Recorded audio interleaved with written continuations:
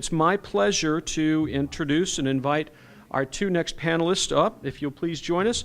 Let me introduce Lisa Nisenfeld as the Executive Director of the Southwest Washington Workforce Development Council, which coordinates the workforce development partners in Southwest Washington and manages a variety of workforce development funds. Under her leadership, SWWDC has developed close strategic ties with education, workforce, and economic development partners in both Southwest Washington and the Portland, Oregon metro area to support job seekers, training, and new and expanding businesses. Currently, Lisa is also providing day-to-day oversight of operations at the Columbia River Economic Development Council, so she actually embodies economic development and workforce development collaboration. So thank you for being here, Lisa. And our next presenter is Ted Sprague, and Ted has worked in the field of economic development for over 15 years. Since 2000, Ted has served as the president of the Cowlitz Economic Development Council, and during his tenure, the CEDC has helped recruit and retain over 2,000 jobs and over $500 million in capital investment in Cowlitz County. Ted recently served on the Governor's State Economic Development Commission. He sits on the Washington State Economic Development Association Board of Directors and is the administrator of the Cowlitz County Foreign Trade Zone. So please help us welcome our two panelists. So it's all yours. And so we're going to try and do this without a mic, I believe. Is that no? Yeah, well, you know, use your diaphragm. Thanks for inviting us here today. And Ted and I both wholeheartedly agree on one thing. We're really glad we're first. So other WDCs, sorry. We're here today. We're going to talk really about integration of workforce and economic development activities at a systemic level, less so at a project level. We'll give you some examples of things, but we're really here to talk about how we have driven our two systems very closely together. I think most of you probably know, because you've heard this ad nauseum, that the WDC in Vancouver is co-located in the same office space with the EDC, so we're not really taking over, it just kind of looks like that. And so we'll talk more about our other relationships later on in the presentation. As probably is the same in most regions, Ted Sprague, as one of our EDC directors, sits on our executive board and is also on the full board of the WDC, and I sit on the boards of the Columbia River Economic Development Council as well as the Cowlitz Economic Development Council. So now it's your turn. Oh, okay. I get to talk about challenges because this doesn't happen by accident, and there are some things that you need to be aware of if you're not already collaborating with your EDC and WDC. Some of the challenges are, and you know, they may be fairly obvious, but the first one, you know, the duplication. If you're like my community, you have an EDC that's going out calling on businesses, seeing how they're doing. The college has people doing that. Workforce Development Council has people do it. You know, you have all these groups that just want to help so much. That we kind of fumble over each other sometimes. And so what we did at our EDC was we got everybody together in one room and actually did some planning. The first thing that we did was we shared our knowledge with one another. And so we kind of cross-trained each other so that if one of us is out, we can represent the other groups or their other programs that they can offer. And so to help us out with that, we made ourselves a cheat sheet that we just put in a brochure form that we can hand to local businesses and say, where do you need help? Here's the services that all of our different groups can provide, and we're all here to help you, and we do it together. And that's kind of the incomplete strategic toolbox, is that we all have our toolkits, but a lot of times we don't share it with each other. And so we've worked very hard on meeting at least once a quarter, getting the group together, sharing knowledge, so that we all have a feel for what's going on in the business community, and we're not concerned about each other's turf or any of those types of battles. And you know, obviously, when you have all these different personalities in the room, it can be a challenge. But you just ask everybody to kind of put the ego aside and work together, and it's worked out very well for us. Another challenge is the return on investment discussion, and this really was a challenge for the EDC in what we were doing. We were out, telling people that, for example, we recruited a new grain elevator to the Port of Longview, $200 million capital investment, 300 construction jobs for 3 years, 50 to 75 ongoing jobs at well above average pay. And people in the community were kind of, oh, okay, that's nice, good. What else? And so we need to do, that's our constant challenge, is how do we get the story out? And how do we do it together as a Workforce Development Council and an EDC? And how do we impress upon people? Our lunchtime speaker did a great thing when she said, these people that we're talking about, these unemployed folks, are your friends, your neighbors, your and that's what we need to do a better job of. What does 50 new jobs mean to a community? Well, it means, 50 parents getting up in the morning and going to work and paying their bills, and instead of being a tax user, they're a taxpayer, and all these good things. We just need to do a better job, and that's always a challenge, is how we do that. And then capturing jobs for local residents. This is a challenge too. It's the chicken and the egg. In Cowlitz County, we have only 14% of our residents have a bachelor's degree or higher. That's a big challenge. So what do we train our people for? And do we train them for jobs that we're hoping to get? And how do you train somebody for a job that doesn't exist in your community? And it's a very big challenge for us. The entire idea, but and also for Vancouver, it's been difficult too. So how do you use that crystal ball? And that's part of the idea of sharing this knowledge of what is in the community now, and how do we enhance it, and then what do we go out and recruit for as well. So those are just some thoughts. So the main partners involved in this are, as you now know, the WDC and the two EDCs. The Economic Development Council in Wahkiakum County actually just merged with the chamber there, but they're principally focused on tourism at this point, so we don't have a lot of interaction there.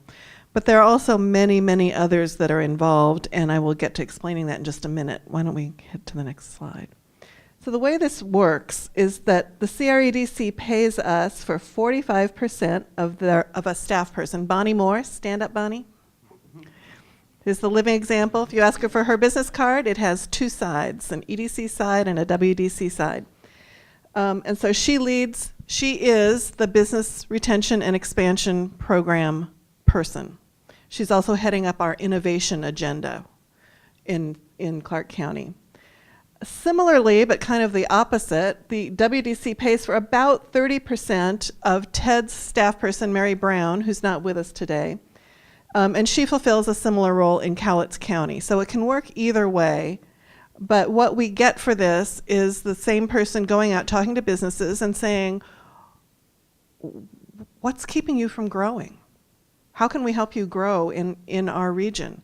And that may be a workforce solution. It may be a permitting solution. It could be 1,000 different things. And as Bonnie has discovered, she's been working on 1,000 different things. We also are able to pinch hit for each other. I work with Jeannie Ash from the EDC. I worked with Ted on projects. Different staff people can work in various capacities because we're now very familiar with each other's operations. Or you can hang around and boss people around at the EDC. Sort of fun. Some of the opportunities that Ted alluded to is in Clark County, we have developed the Business Services Partnership, and Bonnie has honchoed that process. It's about 40, is that right, Bonnie? About 40 different organizations? Oh. And this woman is merciless.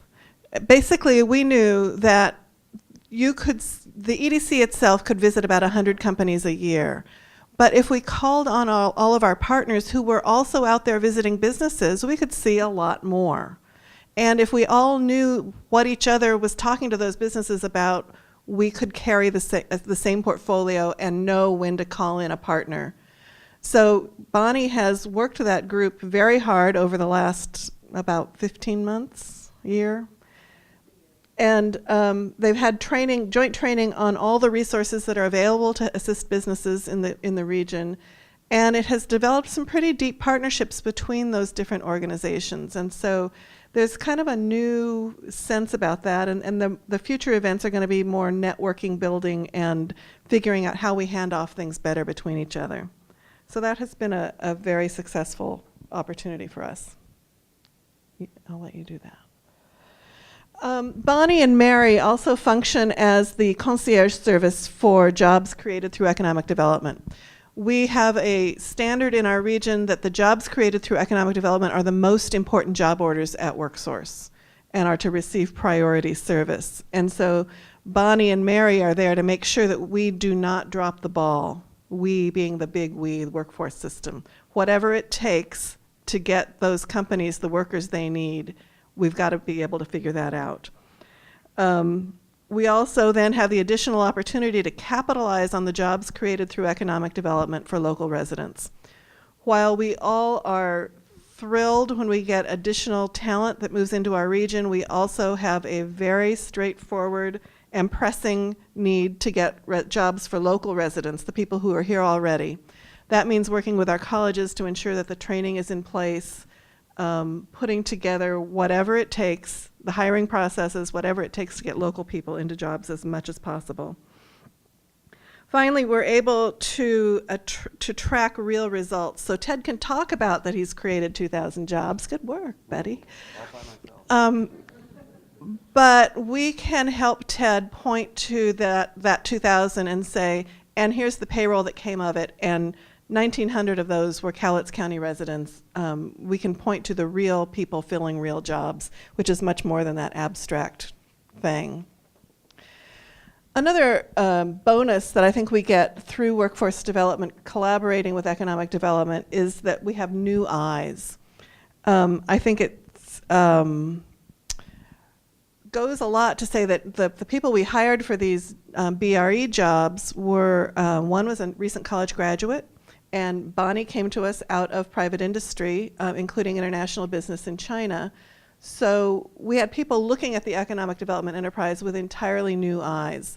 I think that at this point in time that's healthy. It also means the economic development community looks at what we're doing with new eyes and says, why would you possibly do that?